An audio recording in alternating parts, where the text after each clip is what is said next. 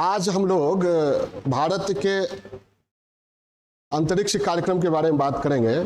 और हाल ही में आप लोग एक न्यूज़ देखे होंगे। 2 अप्रैल 2023 को रीयूजेबल लॉन्चिंग व्हीकल का सफल परीक्षण कर्नाटक के चित्रदुर्ग में इंडियन एयरफोर्स, डीआरडीओ और इसरो के द्वारा किया गया। और यह भारतीय अंतरिक्ष कार्यक्रम की बहुत बड़ी उपलब्धि, इसे माइलस्टोन माना जा रहा है। क्या आरएलवी रीयूजेबल लॉन्चिंग व्हीकल का सफल परीक्षण। तो ये रीयूजेबल लॉन्चिंग व्हीकल है क्या, पहले हम इस पर बात करते हैं।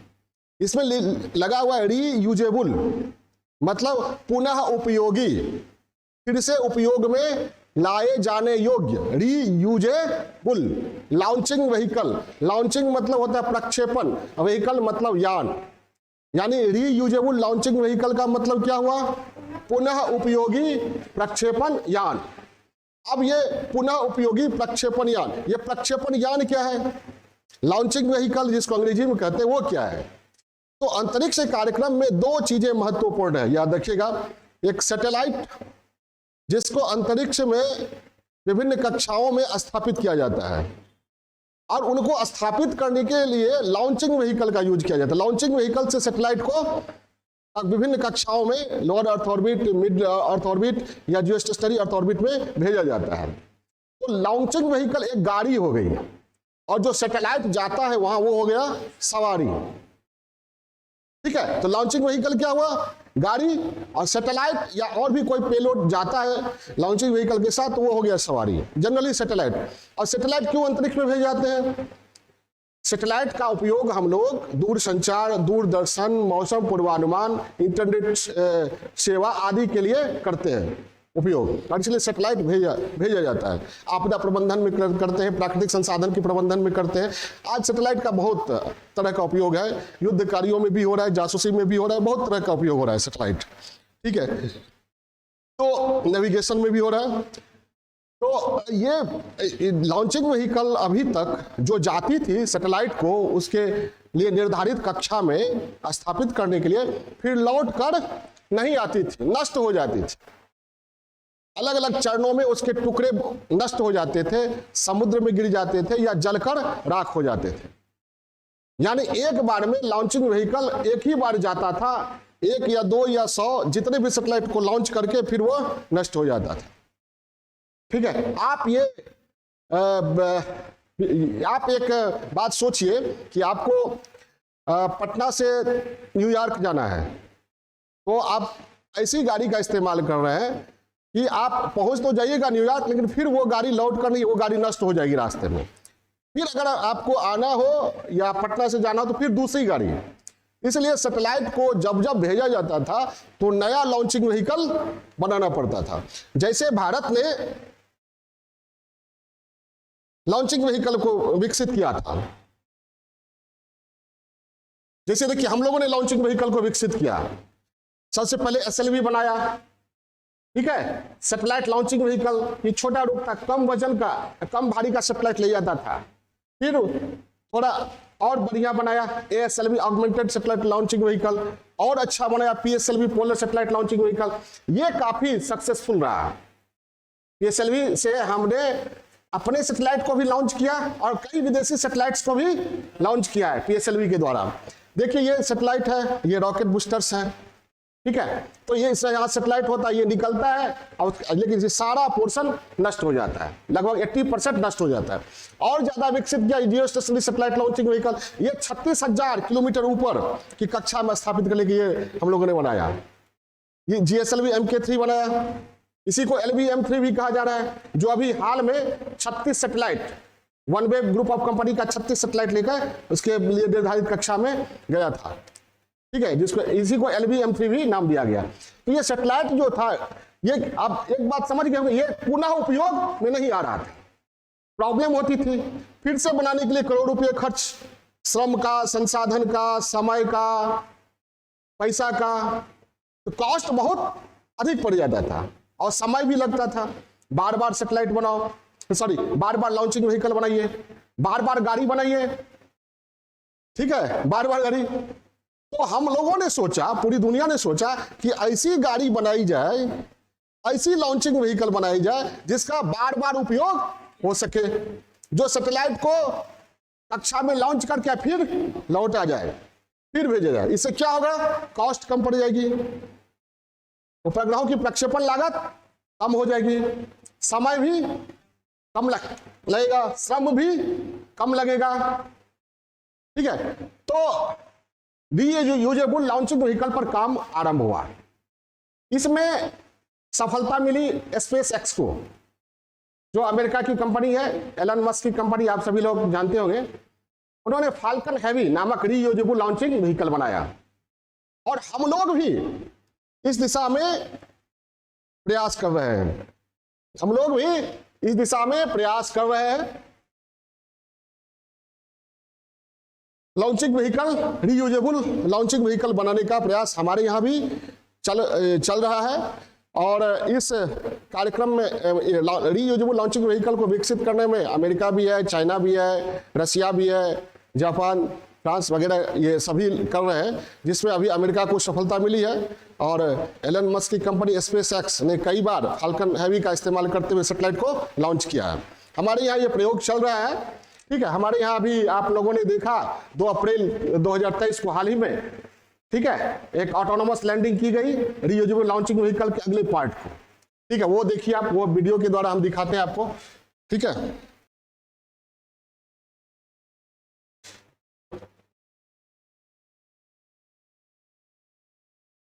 ये देखिए, ये रीयूजेबल लॉन्चिंग व्हीकल का अगला पार्ट,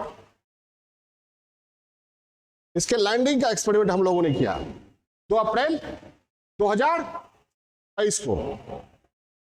ये लैंड कर रहा है, सेफ लैंडिंग, ऑटोनोमस लैंडिंग बहुत बड़ी चैलेंज थी। याद कीजिए चंद्रयान 2 का सेफ लैंडिंग नहीं हुआ, तो एक लैंडिंग ये एक्सपेरिमेंट था। ये RLV-LEX reusable launching vehicle landing experiment था। कब यह संपन्न हुआ, 2 अप्रैल 2023 को। कहां संपन्न हुआ, कर्नाटक के चित्रदुर्ग में। कौन कौन सी संस्थाएं थी इसमें, इंडियन एयरफोर्स, DRDO और इसरो। DRDO जानते हैं, defence research development organisation, ISRO जानते हैं, इंडियन स्पेस रिसर्च ऑर्गेनाइजेशन, और IF इंडियन एयरफोर्स। और ये काफी सफल रहा, ऑटोनोमस लैंडिंग, सेफ लैंडिंग हुई। अब हम लोग बात करेंगे, अब ये हमारा जो रीयूजेबल लॉन्चिंग व्हीकल है वो इस तरह का है, देखिए इस तरह का होगा। और अभी जो परीक्षण हो रहा है इसका हो रहा है, किसका हो रहा है, इसका हो रहा है, ठीक है। अब हमारे यहाँ जो रीयूजेबल लॉन्चिंग व्हीकल है वो 4 चरणों में उसका विकास किया जा रहा है।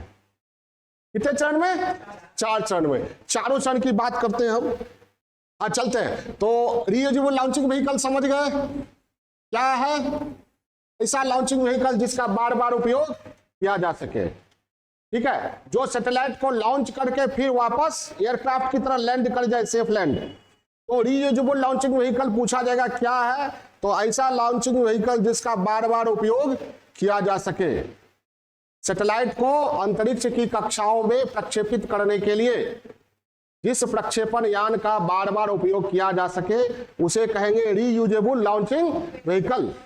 हमारे यहाँ 4 चरणों में इसका विकास किया जा रहा है। कितने चरण में, 4 चरण में, जिसमें 4 चरण में, जिसमें पहला चरण है रीयूजेबल लॉन्चिंग व्हीकल, पहला चरण है RLV-HEX हाइपरसोनिक एक्सपेरिमेंट। क्या, हाइपरसोनिक एक्सपेरिमेंट। इसमें री एंट्री टेक्नोलॉजी का ये हुआ 23 मई 2016 को। कब हुआ, 23 मई। इसमें एक्सपेरिमेंट किया गया, तो इस एक्सपेरिमेंट में इस बात पर जोर दिया गया, इस तकनीक का परीक्षण किया गया कि अगर जो सैटेलाइट को लॉन्च करके जब वह लौटेगा, री एंट्री होगी पृथ्वी के वायुमंडल में, तो जो उसका ये वायुयान का या रीयूजेबल लॉन्चिंग व्हीकल का अगला पोर्शन जो है उसका तापमान काफी 5000 से 6000 डिग्री सेल्सियस तक बढ़ जाएगा, तो वो जले नहीं। इसका परीक्षण किया गया। हाइपरसोनिक ध्वनि की गति से 5 गुना गति से वो नीचे आएगा, एंट्री करेगा, तो एंट्री में वो जले नहीं। ठीक है, इस बात का परीक्षण किया गया जो काफी सफल रहा, जो काफी सफल रहा। वो भी आप लोग देखिए, भी दिखाते हैं। ये देखिए 23 मई 2016 को परीक्षण हुआ था। अभी हम लोग 23 मई 2016 को इसका परीक्षण किया गया था, री एंट्री टेक्नोलॉजी का परीक्षण जो काफी सफल रहा। इसका ये फिगर है, 65 किलोमीटर ऊपर लेकर जाया गया और फिर वापस, और ये बंगाल की खाड़ी में जाकर गिरा। ये लैंडिंग एक्सपेरिमेंट नहीं था, ये री एंट्री। ठीक है, जो यहां पर देख रहे हैं आप, बंगाल की खाड़ी में जाकर गिर रहा है। बूस्टर पहले ही अलग हो गया और फिर ये ऊपर जाके नीचे गिरा, री एंट्री। ठीक है, तो री एंट्री एक्सपेरिमेंट जो था वह भी वह सफल रहा। ये कब हुआ था? कब हुआ था? 23 मई 2016। यह कौन सा परीक्षण था? Reusable launching vehicle hypersonic flight experiment. क्या? हाइपरसोनिक फ्लाइट एक्सपेरिमेंट था यह। ये पहला चरण था। पहला चरण 23 मई 2016 को संपन्न हुआ। यह चरण किस नाम से जाना गया? Reusable launching vehicle hypersonic flight experiment. Hypersonic flight experiment. इसमें री एंट्री टेक्नोलॉजी को डिमोन्स्ट्रेट किया गया, तकनीक का परीक्षण किया गया। इसमें इसरो को सफलता मिली। यह किया गया था श्रीहरिकोटा से, सतीश धवन अंतरिक्ष केंद्र से ही किया गया था। ठीक है, कोई दिक्कत? आगे चलते हैं हम। तो ये पहला क्या था? RLV-HEX reusable launching vehicle hypersonic flight experiment, जो कब संपन्न हुआ? 23 मई 2016 को। दूसरा जो अब संपन्न हुआ उसको कहा जाएगा RLV landing experiment, safe landing experiment. ये कब संपन्न हुआ? 2 अप्रैल 2023 को। इसमें क्या किया गया? रीयूजेबल लॉन्चिंग व्हीकल के अगले पार्ट को 4.5 किलोमीटर ऊपर ले जाकर ऑटोनोमस लैंडिंग के लिए छोड़ दिया गया, और ऑटोनोमस लैंडिंग काफी सफल रही। देखा आपने, ऑटोनोमस लैंडिंग सफल रही। अपने सिस्टम को एक्टिव करते हुए रीयूजेबल लॉन्चिंग व्हीकल ने ऑटोनोमस तरीके से लैंड किया, सफल रहा। फिर से एक बार दिखा देते हैं आप लोगों को।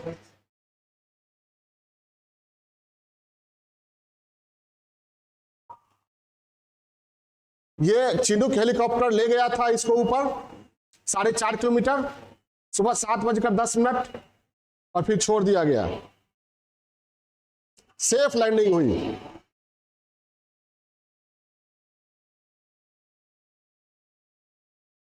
तो अभी तक 2 चरणों का सफल परीक्षण हो गया। पहला चरण क्या था? Hypersonic flight experiment. दूसरा चरण ऑटोनोमस लैंडिंग का लैंडिंग एक्सपेरिमेंट था, ये सफल रहा।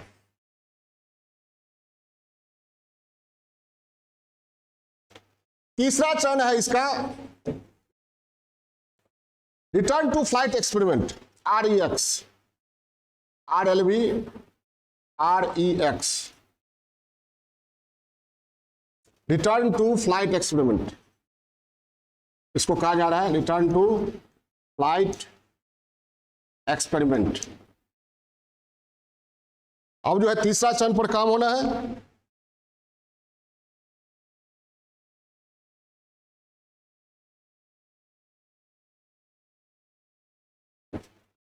ठीक है, तीसरा चरण क्या हो गया? Return to flight experiment. ये होना भी बाकी है। चौथा चरण है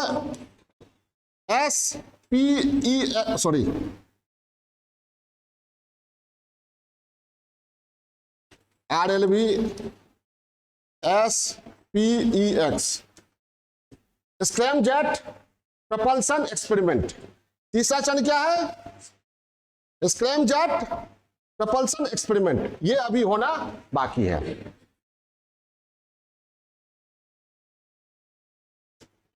स्क्रैमजेट प्रपल्सन एक्सपेरिमेंट, ये होना बाकी है।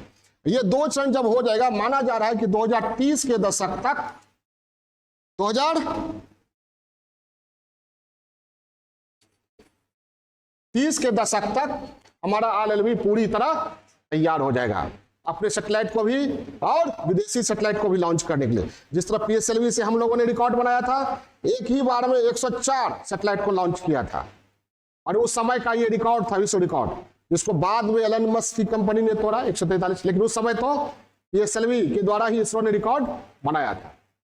तो हम उम्मीद करें कि हमारा RLV भी 2030 के बाद वैसा ही रिकॉर्ड बनाए, रिकॉर्ड पर रिकॉर्ड बनाए। ठीक है, यह है बुलंद भारत की बुलंद तस्वीर जो दिखाई देगी 2030 के दशक में, हम उम्मीद कर सकते हैं। अब हम लोग विकसित कर रहे हैं कौन चीज? RLV, reusable launching vehicle.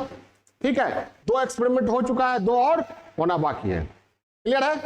किसी तरह का कोई की जानकारी कुछ? ठीक है, अब हम लोग विकसित कर रहे थे, इससे क्या लाभ मिलेगा, RLV से हमें फायदा क्या होगा, इस पर बात करेंगे हम।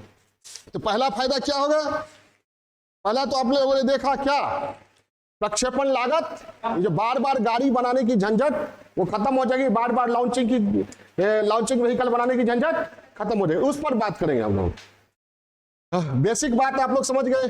ये 23 मई 2016 को हुआ था, अभी जो हुआ ये 2 अप्रैल 2023 को। इसमें कौन कौन था? इंडियन एयरफोर्स, DRDO और इसरो।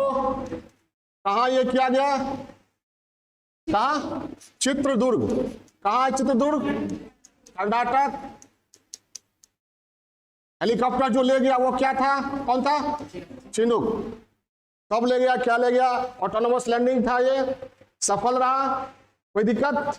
ये पूरी तरह स्वदेशी तकनीक पर आधारित था।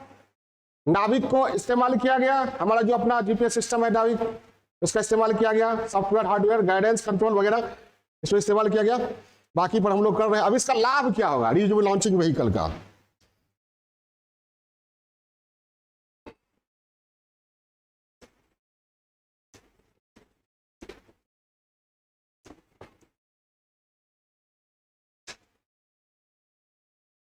RLV का फायदा क्या होगा?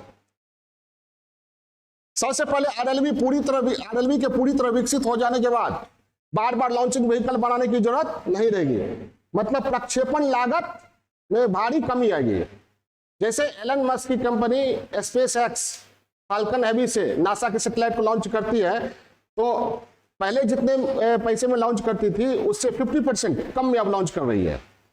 ठीक है, हमारी जो टेक्नोलॉजी है अगर ये पूरी तरह विकसित हो गई, हम सफल रहे, तो हम 80% तक लॉन्चिंग कॉस्ट को कम कर देंगे। जाहिर है अंतरिक्ष के बाजार में हम SpaceX को पीछे छोड़ सकते हैं, उसके मार्केट में अपना प्रभुत्व स्थापित कर सकते हैं। यह है बुलंद भारत की बुलंद तस्वीर जो दिखेगी कब? 2030 में। ठीक है, तो पहला क्या होगा? प्रक्षेपण। किसके प्रक्षेपण? उपग्रहों के प्रक्षेपण लागत में कमी आएगी। ठीक है, और कितनी कमी हम कर सकते हैं? 80% तक लागत कम कर सकते हैं।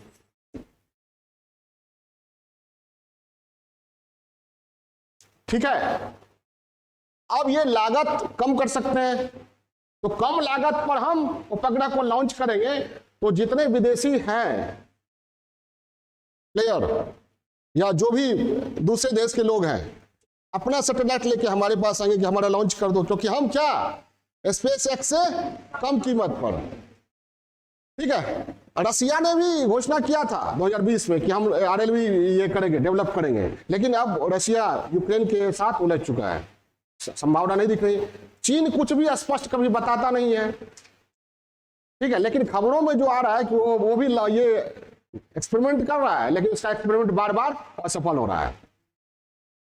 तो अभी जो परिस्थिति है पूरे विश्व में, SpaceX को हम ही टक्कर दे सकते हैं। हम मतलब इंडिया, इसरो टक्कर दे सकता है। ठीक है, तो हम 80% तक लागत कम कर सकते हैं। इससे क्या होगा? अंतरिक्ष बाजार हमारा अंतरिक्ष बाजार में हमारे इसरो का प्रभुत्व कायम होगा।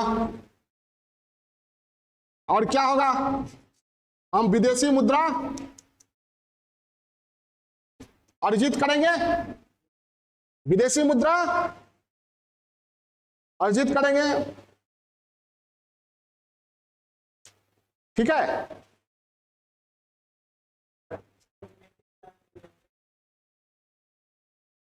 विदेशी मुद्रा अर्जित करेंगे। और हम लोगों ने साउथ एशिया सैटेलाइट बनाया था, साउथ एशिया के सभी देशों के लिए। ठीक है, तो उस समय कीमत ज्यादा पड़ा होगा, लॉन्चिंग कीमत, क्योंकि हम लोगों ने रियूजेबल लॉन्चिंग व्हीकल यूज नहीं किया ना। और रियूजेबल लॉन्चिंग व्हीकल आ गया तो कम कीमत पर हम लॉन्च कर सकते हैं। हम अधिक से अधिक देशों को कहेंगे कि भाई आओ हम लॉन्च कर देते, फ्री में करते, चिंता की कोई बात नहीं है। स्पेस एक्स के पास जाने की कोई जरूरत नहीं है। हमारे पड़ोसी हो, हम तुम्हारा ख्याल रखते हैं, यानी हमारा सॉफ्ट पावर बढ़ेगा, हमारी विश्वसनीयता, हमारी साख, हमारा सॉफ्ट पावर बढ़ेगा, कूटनीतिक डिप्लोमेटिक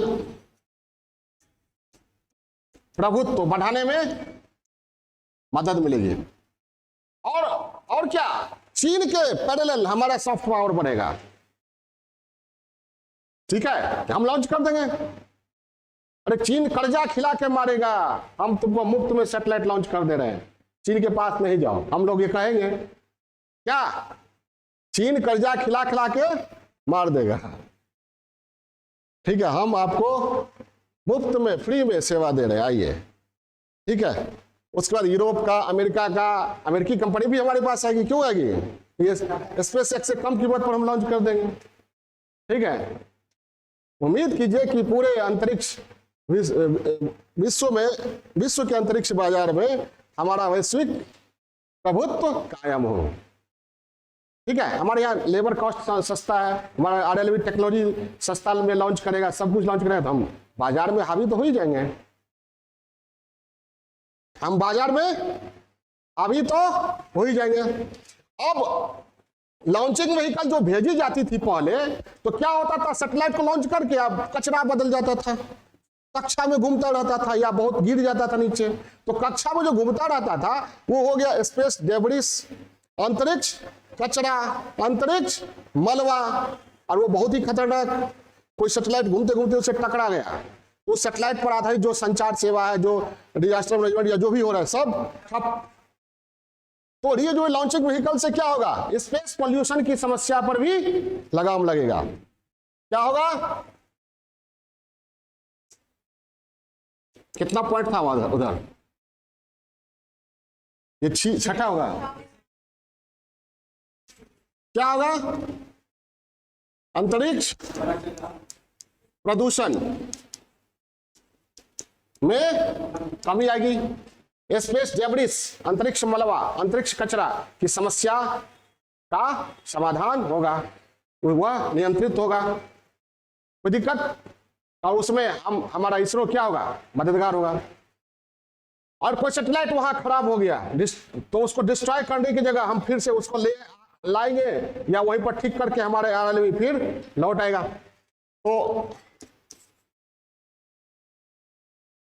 खराब हुए सैटेलाइट में सुधार लाने, उसको ठीक करने में सहायक ये होगा आरएलवी।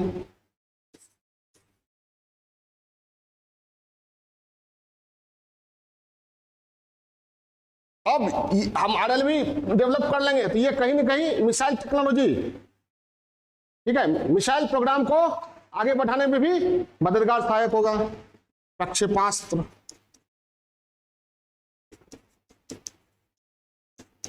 कार्यक्रम को भी मजबूती मिलेगी।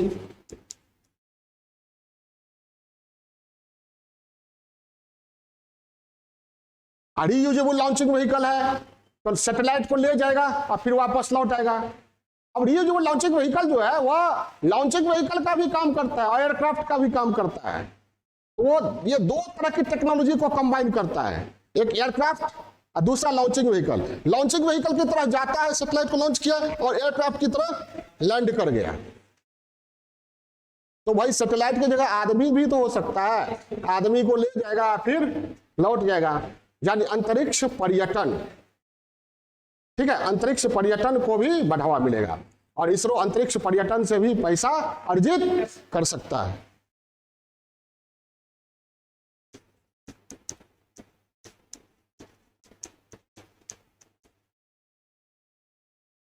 हम अंतरिक्ष की साइड करेंगे।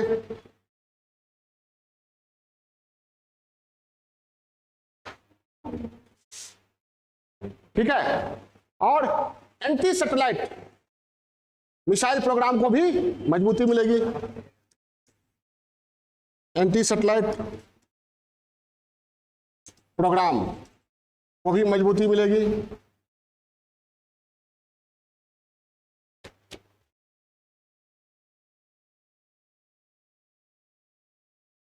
कुल मिलाकर विज्ञान एवं तकनीकी के क्षेत्र में आरएलवी के सहारे भारत की हैसियत बढ़ेगी, भारत का दबदबा बढ़ेगा और दुनिया की अंतरिक्ष के क्षेत्र में दुनिया की काफी सफल कंपनी स्पेस एक्स को हमारा इसरो कड़ी टक्कर देगा और उसके बाजार पर हमारा दबदबा होगा। और फिर हमारी शर्त होगी, हमारा आरएलवी होगा, ठीक है, और हमारी बोली होगी, बाजार हमारा होगा, दबदबा हमारा होगा, बुलंद भारत की बुलंद तस्वीर उम्मीद करें जो कब आने वाली है, 30 के बाद। कोई प्रॉब्लम, कोई सवाल?